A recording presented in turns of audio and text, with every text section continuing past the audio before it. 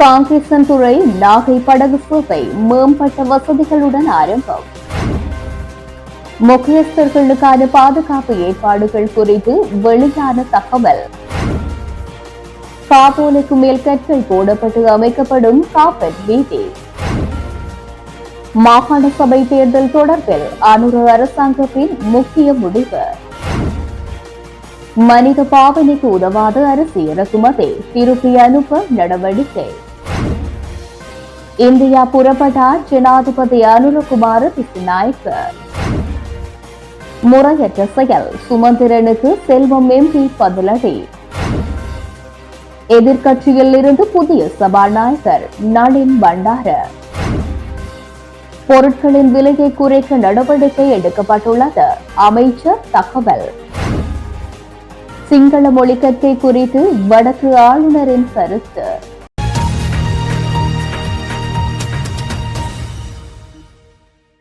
காங்கேசன்துறைக்கும் நாகப்பட்டினத்திற்கும் இடையிலான படகு சேவை எதிர்வரும் ஜனவரி மாதம் முதல் மீண்டும் வாரத்துக்கு 6 நாட்கள் மேம்பட்ட வசதிகளுடன் ஆரம்பமாக உள்ளதாக சுபம் குழுமத்தின் தலைவரும் காங்கேசன்துறை நாகப்பட்டினம் படகு சேவை முதலீட்டாளருமான பொன்னுசாமி சுந்தர்ராஜ் தெரிவித்தார். யாழ் ஊடக அமையத்தில் நேற்று நடைபெற்ற ஊடகவியலாளர்கள் சந்திப்பில் கலந்து கொண்டு உரையாற்றிய போதே அவர் மேற்கண்டவாறு தெரிவித்தார்.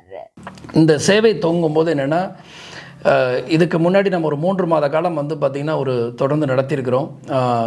சின்ன சின்ன சர்க்கிள்கள் இருந்தாலும் அதெல்லாம் தாண்டி உங்களுடைய எல்லாரோட ஒரு ஒத்துழைப்பு, வந்திருந்த பயணிகளோட ஒரு பேராதரவில் வந்து பார்த்திங்கன்னா தொடர்ந்து நடைபெற்றது. அதில் எந்த விதமான ஒரு மாற்று கருத்தும் இல்லை. அதுக்கு இந்த சேவை அடுத்து வரக்கூடிய காலகட்டத்தில் துவங்கும்போது வந்து பார்த்திங்கன்னா சில விஷயங்கள் நாங்கள் வந்து அடிஷ்னலாக நாங்கள் வந்து பண்ணுறதுக்கு முயற்சி எடுத்துருக்குறோம். அதில் முதலாவது வந்து பார்த்திங்கன்னு சொன்னால், அதிகபட்ச பயணிகள், டூரிஸ்ட் பயணிகள் வரணும், ட்ராவலர்ஸ் அவங்க வரணும் அப்படிங்கிறதுக்கான ஒரு முயற்சியாக வந்து பார்த்திங்கன்னா எங்களுடைய கட்டணத்தை கொஞ்சம் மாற்றி அமைச்சிருக்கிறோம். இப்போ வந்து பார்த்திங்கன்னா ஒரு இந்தியனுடைய மணியில் வந்து பார்த்திங்கன்னா 9700 ரூபா வந்து பார்த்திங்கன்னா 2 பக்கமும் சேர்த்து நம்ம கிளைம் பண்ணிகிட்ருக்குறாங்க, அவங்க பே பண்ணுறாங்க. அந்த கட்டணத்தை வந்து பார்த்திங்கன்னா 8500 ரூபாயாக வந்து பார்த்திங்கன்னா ஒரு 10 கிலோ இலவச லக்கேஜோடு வந்து பார்த்திங்கன்னா நம்ம அதனுடைய இதில் மாற்றி அமைக்கிறோம். 9700ங்கிறது 8500 நம்ம கட்டணத்தை குறைக்கிறோம். மற்றபடி யாருக்கு பொதிகை தேவைப்படுதோ, லக்கேஜ் வேணுங்கிறாங்களோ அவங்க புக் பண்ணிக்கலாம். அதுக்கான கட்டணங்கள்லாம் நாங்கள் உங்களுக்கு வெப்சைட் பேஜ்லேயே நாங்கள் வெளியிட்ருக்கிறோம். அது இல்லாமல் பார்த்திங்கன்னா இது வரலும் காலையிலே பேசஞ்சர்ஸ் பார்த்திங்கன்னா விடிய காலம் ஒரு 4 மணி 5 மணிக்கெலாம் நாகப்பட்டினத்தில் வந்துடுறாங்க. திரும்ப இங்கே வரும்பொழுதும் உங்களுக்கு முன்னாடியே ஒரு 11 மணிக்கெலாம் வந்துடுறாங்க. அவங்களுக்கான ஒரு உணவு பார்த்திங்கன்னா ஒரு பெரிய இடர்பாடுகளாக இருந்துச்சு. ஸோ அதை போக்குறதுக்கு நாங்கள் பார்த்திங்கன்னா இந்த முறை ஆரம்பிக்கும் பொழுதே காலையில் வரக்கூடிய அங்கேருந்து நாகப்பட்டினத்துலேருந்து காங்கேசன் வரக்கூடிய பயணிகளுக்கு காலை உணவாக பார்த்திங்கன்னா நாங்கள் மார்னிங்கில் இட்லி, பொங்கல், உப்மா இந்த மாதிரி ஒவ்வொரு நாளைக்கும் ஒரு உணவை கொடுக்கறதுக்கான ஒரு முயற்சி எடுத்துருக்குறோம். அதுமாதிரி இங்கேருந்து மதியம் கிளம்பக்கூடிய பயணிகளுக்கு பார்த்திங்கன்னா மதியானத்தில் பார்த்திங்கன்னா ஒரு ஜீரா ரைஸ், ஜீரா ரைஸோட ஒரு தால் மக்கனி ஆர் ஒரு வெஜிடபிள் பிரியாணி, இந்த மாதிரி உணவுகள் மதியானம் காம்ப்ளிமெண்ட்ரி ஃபுட்டாகவே இந்த முறை நாங்கள் கொடுக்கறதுக்கு பிளான் பண்ணியிருக்கிறோம். இது இல்லாமல் பார்த்திங்கன்னா உங்களுக்கு ஃபெரியில் இது வரலும் நம்ம காஃபி டீ பார்த்திங்கன்னு சொன்னால் அந்த பேக்கெட்டு நம்ம ப்ரெசர்வ் அந்த ஐட்டம்ஸ் தான் பண்ணிகிட்டு இருந்தோம். இந்த முறை இந்த பயண சேவை துவங்கும் பொழுது ஃப்ரெஷ் மில்க்லேயே நம்ம ஃப்ரெஷ் மில்க்லேயே பார்த்திங்கன்னா காஃபி டீ அவங்களுக்கு ஒரு தரமானதாகவும் அதே சமயத்தில் அவங்களுடைய தேவைகளை ஒரு நல்லா பூர்த்தி செய்யணுங்கிறதுக்கு நாங்கள் முயற்சிகள் எடுத்துருக்குறோம். ஸோ இது ஈவந்தோ ஃப்ளைட் சர்வீசஸில் கூட இந்த மாதிரி ஃப்ரெஷ் மில்க் பண்ண முடியறதில்ல. ஸோ அந்த ஒரு வசதியை இதில் ஏற்படுத்துறதுக்கு முயற்சி பண்ணியிருக்கிறோம். அது இல்லாமல் ஹெல்தி ஃபுட்டு ஃப்ளைட்டில் நீங்கள் இப்போ பார்த்திங்கன்னா நிறைய ஒரு ப்ரிசர்வேஷன் இல்லாத ஓரளவுக்கு நல்லா ஃபுட்டு கொடுக்குறாங்க, பர்ச்சேஸ் பண்ணிக்கிற ஃபுட்டு. அந்த மாதிரி ஃபுட்டை இந்த தடவை இன்ட்ரடியூஸ் பண்ணுறோம். நாங்கள் அந்த ப்ரிசர்வேஷன் ஃபுட்டு தான் இதுக்கு முன்னாடி நாங்கள் வச்சுருந்தோம். அதை எடுத்துகிட்டு பதப்படுத்தப்பட்ட அந்த மாதிரி இது இல்லாமல் கொஞ்சம் நல்ல உணவாகவும் உடம்புக்கு ஒத்து போகக்கூடிய ஒரு பிரச்சனைகள் இல்லாத ஒரு உணவை கொடுக்கணும்னு நினச்சிருக்கிறோம். கூல்ட்ரிங்க்ஸ் இந்த முறையிலேருந்து நாங்கள் அறிமுகப்படுத்துகிறோம். அது இல்லாமல் டியூட்டி ஃப்ரீ வந்து பார்த்திங்கன்னா இந்த முறை ஆரம்பிக்கும் பொழுதே வந்து அநேகமாக வந்து வந்துடும். ஏன்னா அதற்கான முயற்சிகள் எடுக்கப்பட்டு ஆல்மோஸ்ட் இறுதி தருவாயில் இருக்குது. இந்த முறை பயணிகள் பயணிக்கும் பொழுது டியூட்டி ஃப்ரீ ஷாப்பும் வரும். இதெல்லாம் ஒரு அடிஷ்னல் வசதிகளாக நம்ம வந்து பேசஞ்சருக்கு பயணிகளுக்கு நம்ம வந்து கொடுக்குறோம். இது இல்லாமல் வந்து பார்த்திங்கன்னா நியூ வெப்சைட் இப்போ வந்து நம்ம லான்ச் பண்ணுறோம். டிக்கெட் வெப்சைட் இதுக்கு மட்டும் இருந்தது, இப்போ மாற்றி வந்து பார்த்திங்கன்னா சுபம் நேரடியாக கையாள போகிறதுனால sailshubham.com அப்படிங்கிற வெப்சைட்டை வந்து பார்த்திங்கன்னா நாங்கள் வந்து வெளியிட்டிருக்கிறோம். அந்த வெப்சைட்டில் என்ன அப்படின்னு கேட்டிங்கன்னா சில பேக்கேஜஸும் நாங்கள் வந்து அவங்களுக்கு வித் அக்காமடேஷனோட வித்து லோக்கல் உங்களுக்கான அந்த போக்குவரத்து வசதிகளோட சில வசதிகளை வந்து பண்ணி சின்ன சின்ன பேக்கேஜஸ் வந்து ஒரு 2 நாள் 2 இரவு 3 பகல் வசதிகளோடு வந்து பார்த்தீங்கன்னா இந்தியன் மணியில் வந்து பார்த்திங்கன்னா 17,000 ரூபாய்க்கும், உங்களுடைய ஸ்ரீலங்கன் மணியில் ஒரு எல்கேஆரில் ஒரு 50,000 ரூபாய்க்கும் வந்து பார்த்திங்கன்னா இந்த பேக்கேஜை வந்து நாங்கள் இன்ட்ரடியூஸ் பண்ணுறோம்.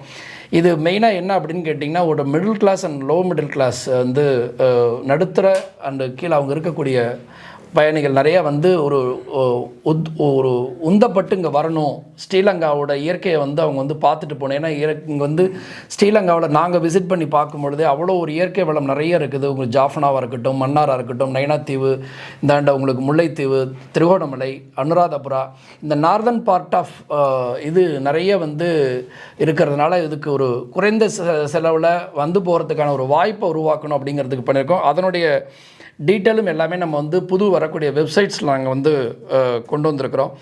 இதுதான் இப்போ நாங்கள் எடுத்திருக்கிற முயற்சி. நிச்சயமாக இனி வரும் காலங்களில் இதனுடைய சேவை வந்து பார்த்திங்கன்னா வாரத்தில் 6 நாள், இதுவரையிலும் 4 நாள் ஓடிட்டு இருந்தது. இனி 6 நாளாக வந்து பார்த்திங்கன்னா வரக்கூடிய சேவை ஆரம்பிக்கும் பொழுதே இதனுடைய தொடர்ந்து நடைபெறும். பத்திரிகைத்துறை நண்பர்கள் வந்திருந்து இந்த சர்வீஸை இயக்கிறதுல உங்களுடைய பங்கும் ஒரு பங்கு இருக்குது.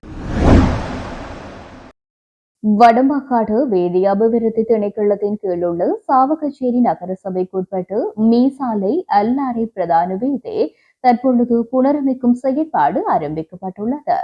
குறித்த வீதி புனரமைக்கப்படுகின்ற பொழுது வீதியின் குறிப்பிட்ட சில இடங்களில் 1 அடி ஆழமான நீளமான குழிகள் தோண்டப்பட்டு அதற்குள் காவோலிகள் போடப்பட்டு அதற்கு மேலாக கற்கள் போடப்பட்டு வீதி புனரமைப்பது பொதுமக்களிடையே ஆச்சரியத்தையும் விமர்சனத்தையும் ஏற்படுத்தியுள்ளது.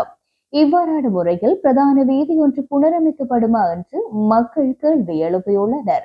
இது தொடர்பாக வடக்கு மாகாண வீதி அபிவிருத்தி திணைக்களத்தினர் உடனடியாக உரிய நடவடிக்கை எடுப்பதோடு அதற்கான விளக்கத்தையும் பொதுமக்களுக்கு தெளிவுபடுத்த வேண்டும் என சாவகச்சேரி நகர சபையின் முன்னாள் உறுப்பினர் ஞா கிஷோர் கோரிக்கை விடுத்துள்ளார். மிகவும் முக்கியஸ்தர்கள், ஓய்வு பெற்ற ராணுவ அதிகாரிகள் மற்றும் முன்னாள் அரசியல்வாதிகளுக்கு வழங்கப்பட்டுள்ள பாதுகாப்பு விடயத்தில் விரைவில் மறுஆய்வு செய்யப்பட உள்ளது. அச்சுறுத்தல் மதிப்பீட்டை தொடர்ந்து வழங்கப்பட வேண்டிய பாதுகாப்பின் வலிமை குறித்து முடிவு எடுக்கப்படும் என்று அரசாங்கம் தெரிவித்துள்ளது.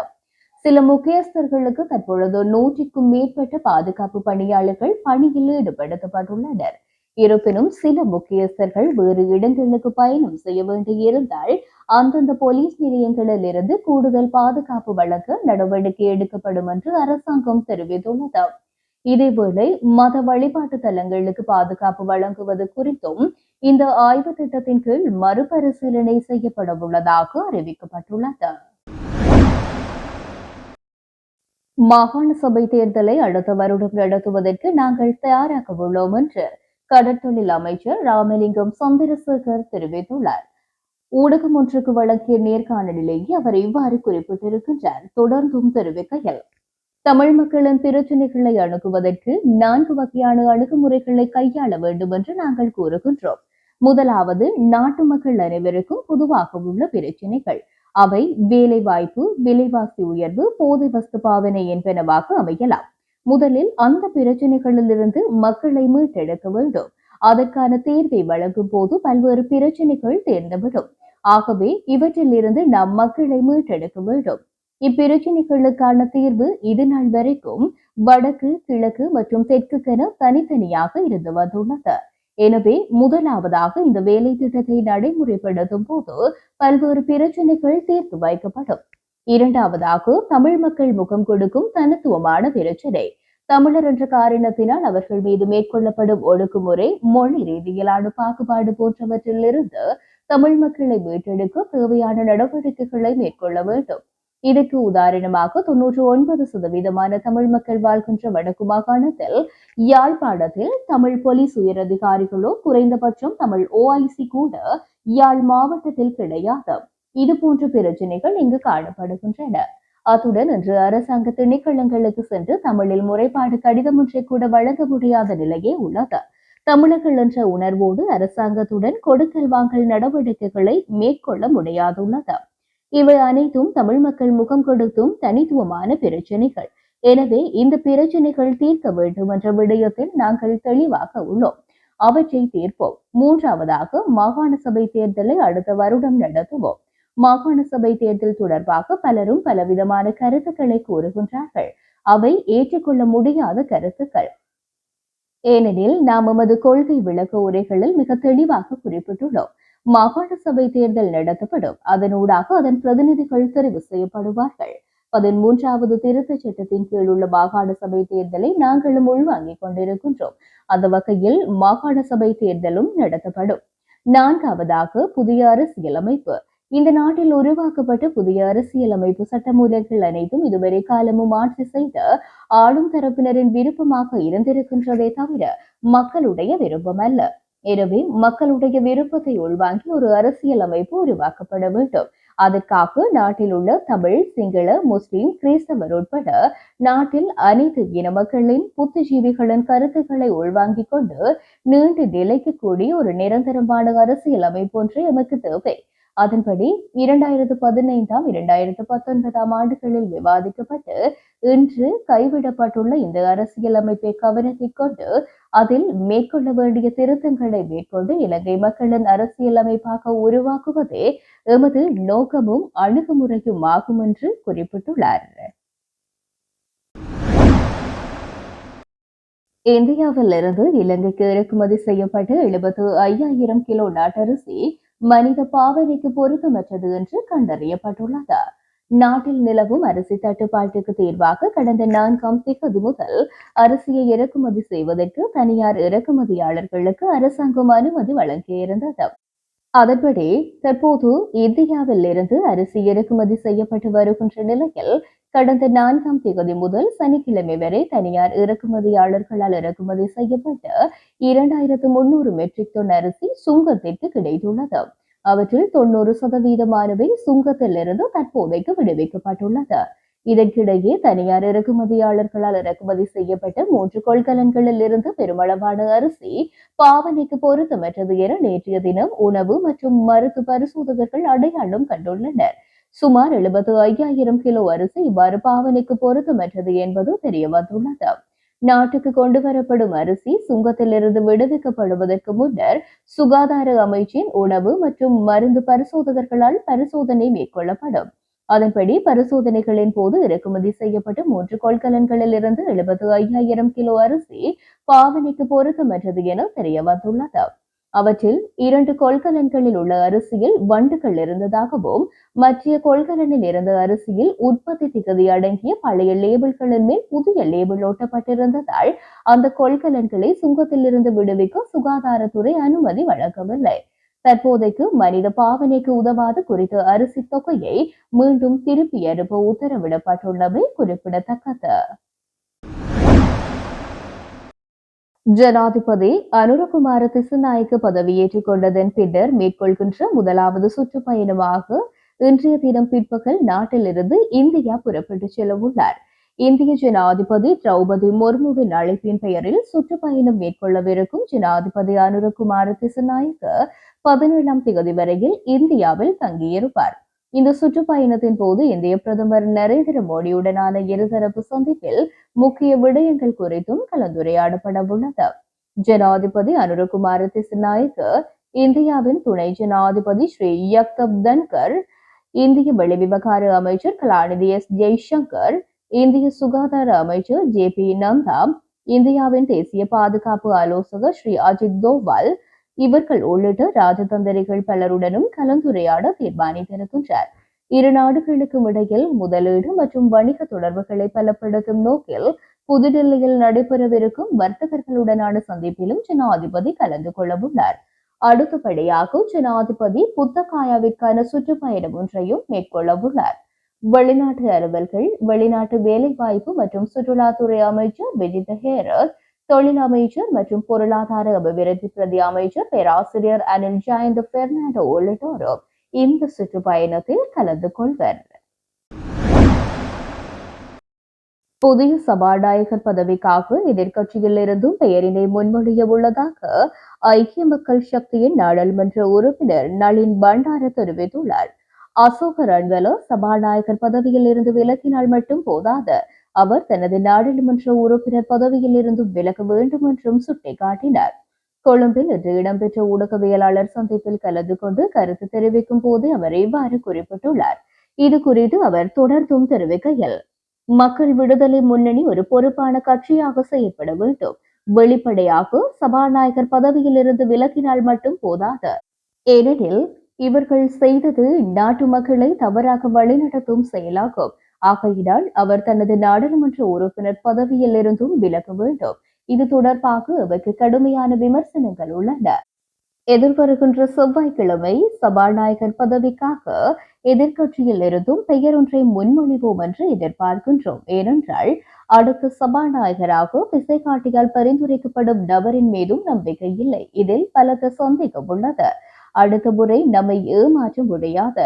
நாங்கள் ஏமாற்றப்பட்டு அவரை ஆதரித்தோம். எனவே எதிர்வரும் நாடாளுமன்ற தினத்தில் எதிர்க்கட்சியில் இருந்தும் பெயரை கண்டிப்பாக முன்மொழிவோம். ஆனால் முன்மொழியப்படுபவர் தவறான கல்வி சான்றிதழ்களை கொண்டிருப்பவர் இல்லை என்றும் தெரிவித்தார். தமிழரசு கட்சி கூடுதலான ஆசனங்களை பெற்றுவிட்டது என்பதற்காக அவர்கள் எடுக்கின்ற முடிவிற்கு ஏனையவர்கள் ஒத்துவர வேண்டும் என்று சொல்வது முறையற்ற செயல் என நாடாளுமன்ற உறுப்பினர் செல்வம் அடிக்கலநாதன் தெரிவித்துள்ளார். தேர்தல் வெற்றிகளை வைத்து தீர்வு விடயத்தை பார்க்க முடியாது. சுமந்திரனுக்கும் இது தெரியும் என்றும் அவர் மேலும் குறிப்பிட்டுள்ளார். வவுனியாவில் இன்றைய தினம் ஊடகங்களுக்கு கருத்து தெரிவிக்கின்ற போது அவர் இவ்வாறு தெரிவித்துள்ளார். ஆகவே ஒரு கட்சி எடுக்கின்ற முடிவுக்கு மற்ற கட்சிகள் செல்வது என்பது சாத்தியமற்றது. ஒரே மேசையிலே இருந்து எல்லோரும் கலந்துரையாடி இந்த புதிய அரசியல் சாசனத்திலே தமிழ் தரப்பிலே நாங்கள் எந்த கோரிக்கையை வைக்கலாம் என்பதை முடிவு செய்கின்ற கடமைப்பாடு எங்களிடம் இருக்கிறது. ஆகவே ஒரு வெற்றி தமிழக கட்சி கூடுதலான ஆசனங்களை பெற்றுவிட்டோம் என்பதற்காக வேண்டி அவர்கள் எடுக்கின்ற முடிவுக்கு மற்றவர்கள் ஒத்து வர வேண்டும் என்று சொல்வது முறையற்ற செயல். அந்த வகையிலே ஒரு மேசையிலே இருந்து நாங்கள் பேசி இந்த விடயங்களை கையாளுகின்ற போதுதான் ஒட்டுமொத்தமான ஒரு ஒற்றுமையோடு கூடிய ஒரு தீர்வு திட்டத்தை நாங்கள் வைக்கின்ற போதுதான் எங்களுடைய மக்களும் அதை ஏற்றுக்கொள்வார்கள், விரும்புவார்கள். கூடுதலாக அதைவிட தென்னிலங்கையில் இப்பொழுது இருக்கின்ற புதிய அரசாங்கம் ஜனாதிபதி அவர்களும் ஒரு பலமாக நாங்கள் ஒற்றுமையாகி விட்டோம் என்ற ஒரு விடயத்திலே அவர்களும் இதை பரிசீலிக்கின்ற ஒரு நிலையை உருவாக்க முடியும். ஆகவே நாங்கள் செய்வோம், நீங்கள் ஏற்றுக்கொள்ள வேண்டும் என்றெல்லாம் சொல்வது அது அது ஒரு சாத்தியமற்ற ஒரு விடயமாகத்தான் நான் பார்க்கிறேன். அது சுமந்திரன் அவர்களுக்கு நன்றாக தெரியும். எல்லோரையும் இதில் இணைத்து இந்த புதிய அரசியல் சாசனத்திலே எங்களுடைய தரப்பு சார்பாக நாங்கள் கொடுக்கின்ற விடயங்கள் ஒற்றுமையாக கொடுக்கின்ற ஒரு சூழலை உருவாக்குவது அவரும் அதற்கு ஒத்து வருவார் என்று நினைக்கின்றேன். தமிழ் கட்சியும் அதற்கு ஒத்து வரும் என்று நான் நினைக்கின்றேன். ஆகவே நாங்கள் ஒன்றாக ஒரு மேசையில் இருந்து பொதுவான ஒரு தீர்வு திட்டத்தை நாங்கள் கொடுக்கின்ற போதுதான் அது வலுவான பலமாக இருக்கும். இல்லை தனித்தனியே கொடுத்தோம் என்றால் புதிய அரசாங்கம், புதிய ஜனாதிபதி அதை வைத்து கொண்டு அரசியல் நடத்துகின்ற வாய்ப்புகளை உருவாக்க கூடும். இந்த வகையிலே நாங்கள் பிரிந்து சென்றதால் இந்த தேர்தலிலே பல பாடங்களை கற்றிருக்கிறோம். ஆகவே இந்த இனப்பிரச்சனை தீர்விலே நாங்கள் ஒற்றுமையாக ஒரு பாரிய பிரச்சனை, எங்களுடைய இனப்பிரச்சனை, அதை தீர்ப்பதற்கான ஒரு திட்டத்தை நாங்கள் வரைய வேண்டுமாக இருந்தால் ஒரு ஒற்றுமையான ஒரு மேசையில் இருந்து ஒற்றுமையாக நாங்கள் விவாதித்து ஒற்றுமையாக ஒரு தீர்வு திட்டத்தை புதிய அரசாங்கத்திடம் கொடுப்பதன் ஊடாகத்தான் எங்களுடைய மக்கள் அதை பெரிய பலமாக கருதுவார்கள், அதை ஏற்றுக்கொள்வார்கள். அதைவிட அரசாங்கமும் இந்த விடயத்திலே ஒரு எல்லாரும் ஒன்றாக கொடுத்த அந்த தீர்வு திட்டம் சம்பந்தமான விடயத்திலே அக்கறை காட்டுவதற்கான சந்தர்ப்பங்களை உருவாக்க வேண்டும் என்பது எங்களுடைய நோக்கமாக இருக்க வேண்டும். ஆகவே இந்த இனப்பிரச்சனை பல வருடங்களாக இன்றைக்கு புரியோடி போய் இருக்கின்ற சூழலில் தீர்வு இனப்பிரச்சனை சார்ந்த விடயங்களில் இன்னும் எங்களுடைய மக்கள் சார்ந்த, எங்களுடைய நிலம் சார்ந்த, காணாமல் போனவர்கள் சார்ந்த, மனித உரிமை மீறல்கள் சார்ந்த இப்படியான ஐநா தீர்மானங்கள் எல்லாம் இன்றைக்கு எங்களுடைய பிரச்சனைகளை அக்கறை கொண்டிருக்கின்ற போது அது தீர்வில்லாத ஒரு சூழலில் நாங்கள் கொடுக்கின்ற ஒற்றுமையான பலத்தோடு கொடுக்கின்ற அந்த தீர்வு திட்டம் என்பதுதான் அது வலுவாக இருக்கும், வலிமையாக இருக்கும். இலங்கை அரசாங்கம் அதை தட்டி கழிக்க முடியாத ஒரு சூழலை நாங்கள் உருவாக்கலாம் என்று நான் கருதுகிறேன். யாழ்ப்பாணம் பருத்தித்துறை ஆதார வைத்தியசாலையில் எலி காய்ச்சல் என சந்தேகிக்கப்பட்டு சேர்க்கப்படுபவர்களின் எண்ணிக்கை வெகுவாக குறைவடைந்துள்ளதாக வைத்தியர்கள் தெரிவித்துள்ளனர். ஓரிரு தினங்களில் வைத்தியசாலைகளில் சேர்க்கப்படுபவர்களின் எண்ணிக்கை குறைந்து நிலைமை சரியாகிவிடும் என்றும் வைத்தியர்கள் நம்பிக்கை வெளியிட்டுள்ளனர். இது தொடர்பாக அவர்கள் மேலும் தெரிவிக்கையில், மக்கள் தற்போது முன்னெடுக்கப்படும் தடுப்பு நடவடிக்கைகளை பின்பற்ற வேண்டும். காய்ச்சல் அறிகுறிக்கான ஆரம்பத்திலேயே வைத்தியசாலைக்கு வர வேண்டும், சிகிச்சை எடுக்க வேண்டும். இதன் மூலம் நோய் தீவிரமாகுவதையும் இறப்பு ஏற்படுவதையும் தடுக்கலாம், குறைக்கலாம். பருத்தித்துறை ஆதார வைத்தியசாலையில் இதுவரை 66 பேர் எலிக்காய்ச்சல் நோய் அறிகுறிகளுடன் வந்து சிகிச்சை பெற்றுள்ளார்கள். தற்பொழுது 32 நோயாளர்கள் வைத்தியசாலையில் தங்கி சிகிச்சை பெறுகின்றார்கள். அவர்களில் ஒருவர் மேலதிக சிகிச்சைக்காக நேற்றைய தினம் யாழ்ப்பாணம் போதனா வைத்தியசாலைக்கு அனுப்பப்பட்டார். நாட்டில் பொருட்களுக்கு தட்டுப்பாடு ஏற்பட பல்வேறு நிறுவனங்கள் மற்றும் தனிநபர்கள் தலையிட்டதாக வர்த்தக, உணவு பாதுகாப்பு மற்றும் கூட்டுறவு அபிவிருத்தி அமைச்சர் வசந்த சமரசிங்க தெரிவித்துள்ளார். ஊடகம் ஒன்றுக்கு வழங்கிய செவ்வியின் போது அவர் இந்த கருத்துக்களை வெளியிட்டிருக்கின்றார். பண்டிகை காலங்களின் போது பொருட்களின் விலை அதிகரிப்பது சந்தையில் பொதுவான நிலை. எனவே எதிர்காலத்தில் விலையை குறைக்க நடவடிக்கை எடுக்கப்படும். பல்வேறு நிறுவனங்கள் மற்றும் தனிநபர்கள் தலையிட்டு நாட்டில் பொருட்கள் பற்றாக்குறையை உருவாக்கினர். பேச்சுவார்த்தை மூலம் தீர்வு காண முயற்சிக்கின்றோம்.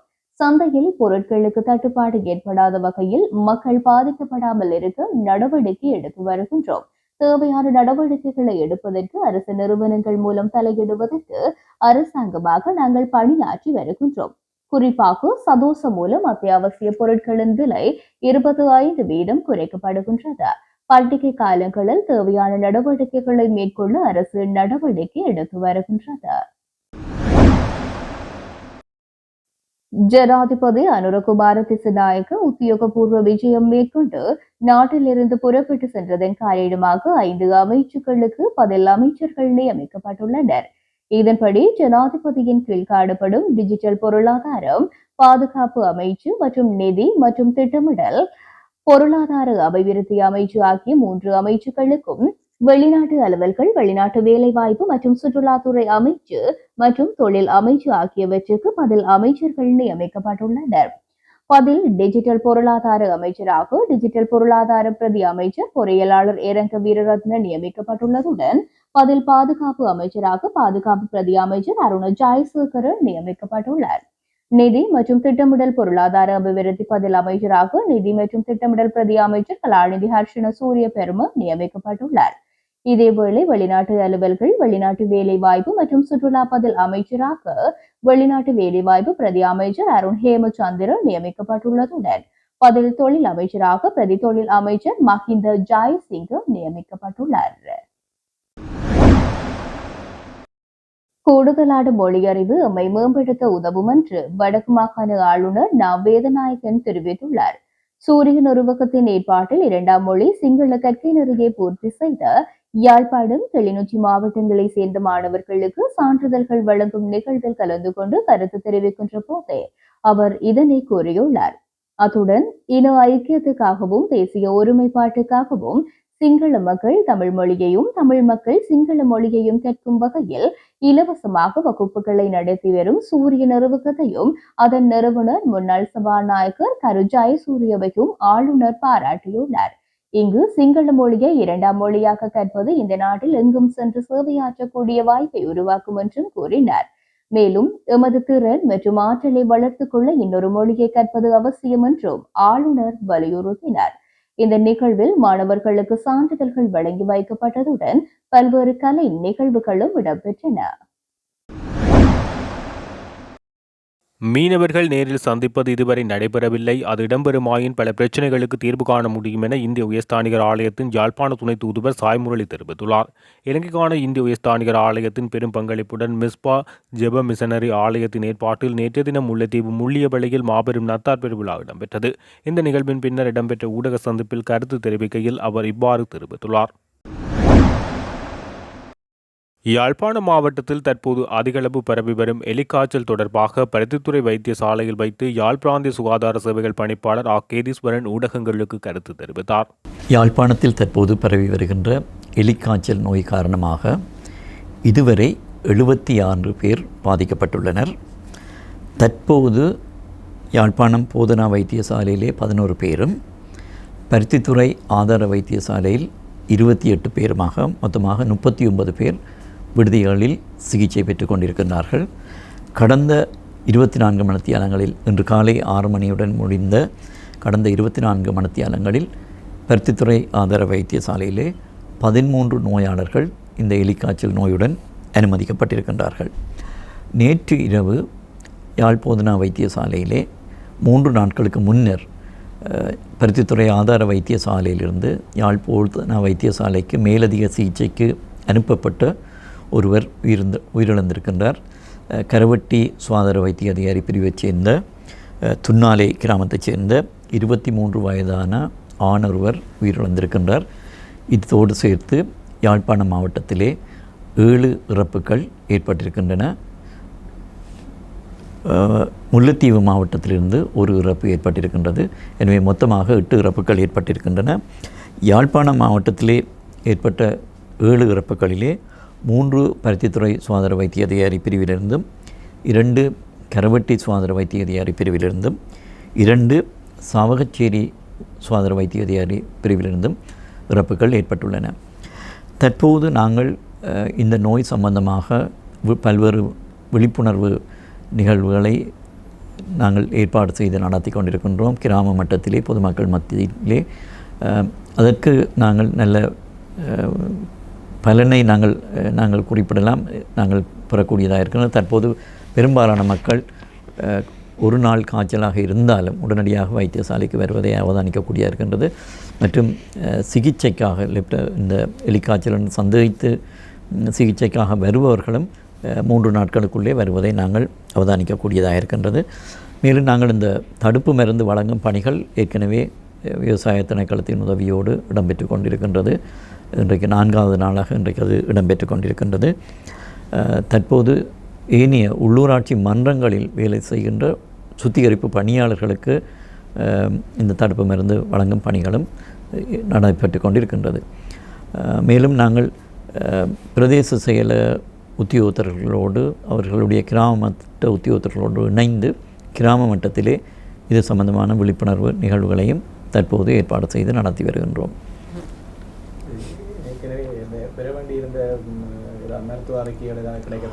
இல்லை, அந்த அறிக்கைகள் இன்னும் கிடைக்கப்பெறவில்லை. அது கிடைக்க பெற்றவுடன் நாங்கள் சொல்லக்கூடியதாக இருக்கும். இந்த எலிக்காய்ச்சல் நோயானது எலி, ஆடு, மாடு, பன்றிகள் போன்ற மிருகங்களின் எச்சங்களிலிருந்து, குறிப்பாக சிறுநீர் மூலமாகத்தான், அதாவது இந்த நிலத்திலே அல்லது வயல்களிலே, சேற்று நிலங்களிலே, வெள்ள நீரிலே கலப்பதன் மூலம்தான் இந்த எலிக்காய்ச்சல் நோய் பரவுகின்றது. எனவே இந்த பிரதேசத்தில் இருக்கின்ற கால்நடைகள், குறிப்பாக மாடுகளிலிருந்து இரத்த மாதிரிகளை பெற்று அவற்றை கொழும்புக்கு அனுப்பக்கூடிய ஏற்பாடுகளை நாங்கள் செய்து கொண்டிருக்கின்றோம். இதற்காக நாங்கள் கால்நடை உற்பத்தி திணைக்களத்தின் உதவியை கேட்டிருக்கின்றோம். அவர்கள் மூலமாக அவர்கள் உதவியோடு இந்த குருதி மாதிரிகளை பெற்று கொழும்புக்கு நாங்கள் இதுக்கு அனுப்புவதற்குரிய ஏற்பாடுகளை செய்து கொண்டிருக்கிறோம். இதன் மூலம் இந்த கால்நடைகள் மத்தியிலே எந்தளவுக்கு இந்த நோய் பரவி இருக்கின்றது என்பதை நாங்கள் உறுதிப்படுத்தக்கூடியதாக இருக்கும். தற்போது யாழ்ப்பாணம் மாவட்டத்திலே தொடர்ச்சியாக மழை வீழ்ச்சி ஏற்பட்டு கொண்டிருக்கின்றது. நேற்றும் கடுமையான மழை வீழ்ச்சி இருந்தது. அடுத்து வரும் நாட்களிலும் இன்னொரு தாளமுகம் வரலாம் என எதிர்பார்க்கப்படுகின்றது. எனவே தொடர்ந்து மழை வீழ்ச்சி இங்கே இருக்கும் என எதிர்பார்க்கப்படுகின்ற இந்த சூழ்நிலையிலே எங்களுக்கு இந்த எலிக்காய்ச்சல் நோயும் டெங்கு நோயும் யாழ்ப்பாணம் மாவட்டத்திலே தீவிரமாக பரவக்கூடிய வாய்ப்புகள் இருக்கின்றன.